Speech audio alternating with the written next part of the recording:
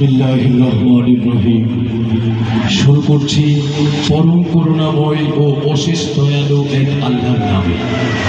পৃথিবী নামক এই গ্রহটাকে আল্লাহ রাব্বুল আলামিন সৃষ্টি করে জিন এবং মানব জাতিকে বসবাসের উপযোগী করে দিয়েছেন। তিনি দিয়েছেন জীবনে চলার পথে কিছু সংবিধান। জীবন গঠন হিসাবে ইসলামের পরিচয় ব্যাপক ও সর্বব্যাপী।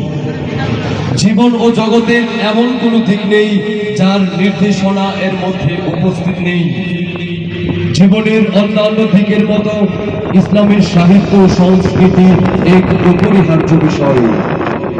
সংস্কৃতি মানব জীবনের এক উজ্জ্বল প্রতিচ্ছবি, মানুষের উন্নতির শক্তি ও সুন্দর স্বপ্নের পাথেয়। জীবনে চলার পথে সতর্ক সার্চ লাইট। যিনি যত বেশি সংস্কৃতিবান তিনি তত বেশি পরিশুদ্ধ, পরিচ্ছন্ন ও সফল মানুষ। রাসূল করিম সাল্লাল্লাহু আলাইহি ওয়াসাল্লাম ছিলেন এক নয়া সংস্কৃতির নির্মাতা। শুদ্ধতা আর পরিচ্ছন্নতায় এক উজ্জ্বল নক্ষত্র।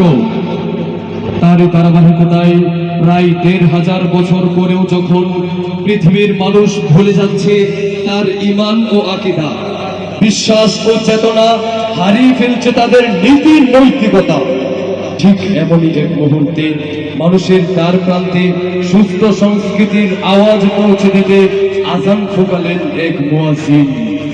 তিনি আর কেউ নন, তিনি তোমার, আমার, আমাদের সকলের প্রিয় ব্যক্তিত্ব মরহুম আইনুদ্দিন আল আজাদ রহমতুল্লাহ আলাইহি।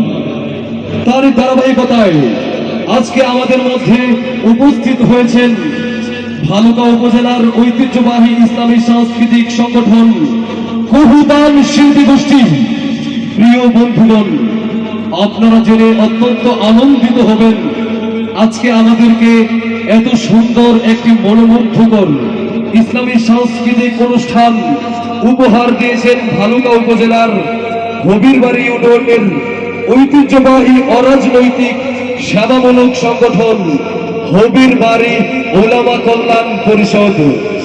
প্রিয় সুধীগণ, চলুন আর কাল বিলম্ব না করে আমাদের আজকের শেষ পরিবেশনা কহুতান শিল্পী গোষ্ঠীর মাধ্যমে শুরু করা যাক। অনুষ্ঠান কি চলবে?